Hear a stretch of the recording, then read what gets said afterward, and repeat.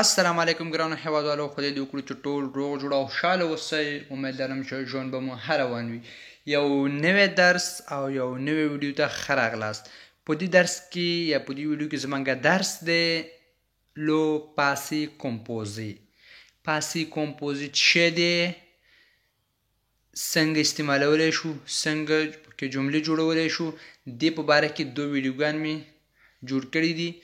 یعنی که چیرې هغه درسونه مو نه وي لیدلي نو تاسو کولی شئ چې چینل ته لاړ شئ. آل فرنچ ټنسس په نامه پلای لیست دی، هلته لاړ شئ. تاسو کولی شئ چې وګورئ، یا ډسکرپشن کې م لینک ورکوم او آی بټن کې هم کولی شئ چې تاسو ووینئ. دا دریمه برخه ده.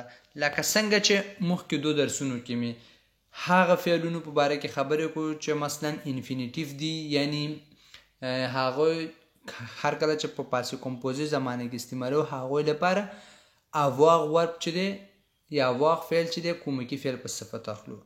دویم ویډیو کې هغه فعلونه هم تشریح کړل په کومو فعلونو سره چې اتخ کومکی فعل په شکل راځي. اتخ 2 قسم فعلونو سره کومکی فعل په صفت راځي. لومړی موومون فعلونه، دویم خونومینال فعلونه. موومون فعلونو یا حرکتي فعلونو په باره کې ویډیو مخکې جوړ کړی، تاسو کولی شئ چې لاړ شئ په چینل کې وګورئ. او په دې درس کې یوازې د خونومینال فعلونو په باره کې خبرې کوو. هغه فعلونه چې خونومینال دي څنګه کولی شو چې په تیره زمانه کې په جمله کې استعمال کړو. خونومینال فعلونه څه دي، څنګه استعمالولی شو، د دې په باره کې په دې ویډیو کې خبرې کوو. ټولو نه مخکې به دا وپېژنو چې دا خونومینال فعلونه څه دي، کوم یو فعلونه دي. تاسو به لیدلی وي زیات فعلونه داسې وي چې خپل اصلي فعل سره فعل نه مخکې سو کلمه لري، لکه سو لاوي، سو لوي، سو غیویي، مثلا سبیي.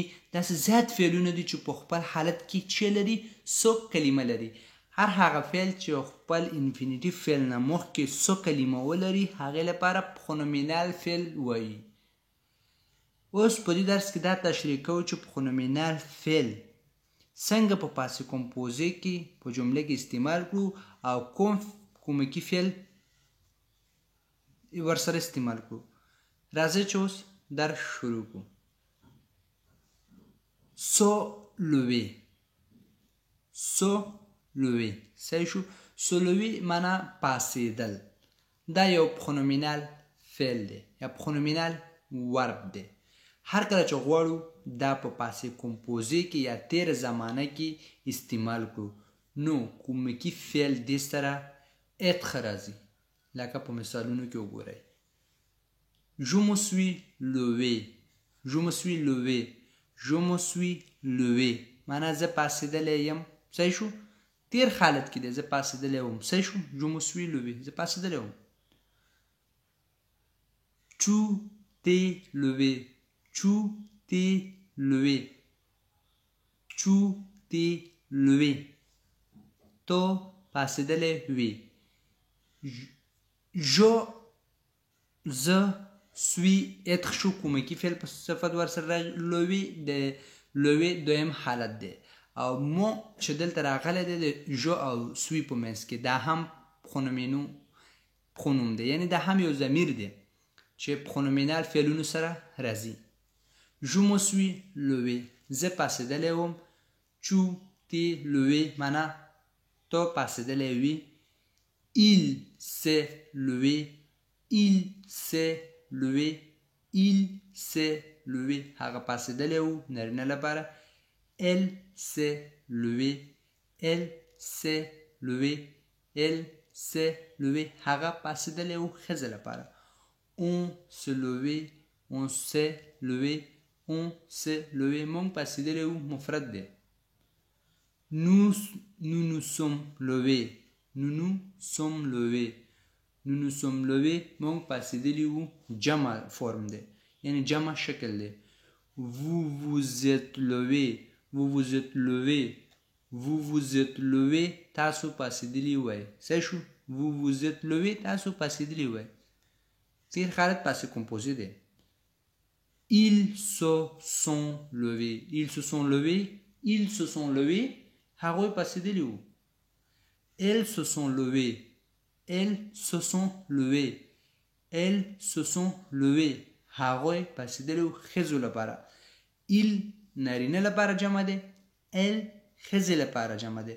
sont ځکه ورسره راځي ځکه چې حالت جمع دی. جمع حالت لپاره sont راوړو. se laver. se laver. se laver معنا وینځل. je me suis lavé mes les mains. je me suis lavé mes les mains. je me suis lavé mes les mains معنا ما خپل لاسونه مینځلي دي. ما خپل لاسونه مینځلي دي. tu t'es lavé tes les mains.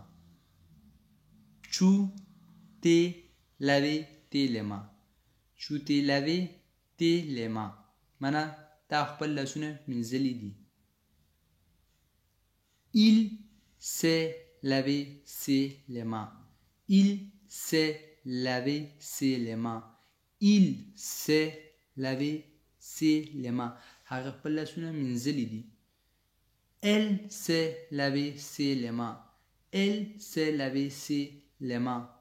elle s'est lavé ses les mains هغې ښځې لپاره خپل لاسونه مینځلي دي. لما معنا لاسونه. سی معنا د هغې. می معنا زما. تی معنا ستا. سی معنا د هغې. nous nous sommes lavé nos les mains. nous nous sommes lavé nos les mains. nous nous sommes lavé nos les mains مونږ خپل یعنی مونږ خپل لاسونه مینځلي دي. vous vous êtes lavé vos les mains. vous vous êtes lavé vos les mains. vous vous êtes lavé vos les mains تاسو خپل لاسونه مینځلي دي. ils se sont lavé leurs les mains. ils se sont lavé leurs les mains. ils se sont lavé leurs les mains هغوی خپل لاسونه مینځلي دي. elles se sont lavé leurs les mains. elles se sont lavé leurs les mains. elles se sont lavé leurs les mains هغوی خپل لاسونه مینځلي دي. ښځو لپاره استعمالیږي. دا د پرونومینال فعلونو تیر یا پاسو کمپوزي حالت. دا مې 2 مثالونه تاسو لپاره تشریح کړل. نو ټول فعلونه همداسې کیږي. ټول هغه فعلونه چې په خپل فعل څخه مخکې څو کلمه ولري نو ټولو لپاره همدغه طریقه استعمالوئ او په پاسو کمپوزي کې جمله ترېنه جوړوئ. یعنی کومې کې فعل ورسره اتخا اخلي.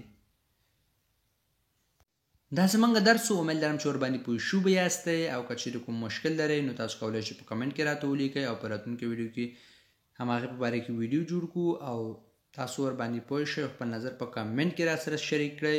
تر راتلونکي ویډیو پورې په خدای مو سپارم. ښه وخت او ښه ژوند ولرئ.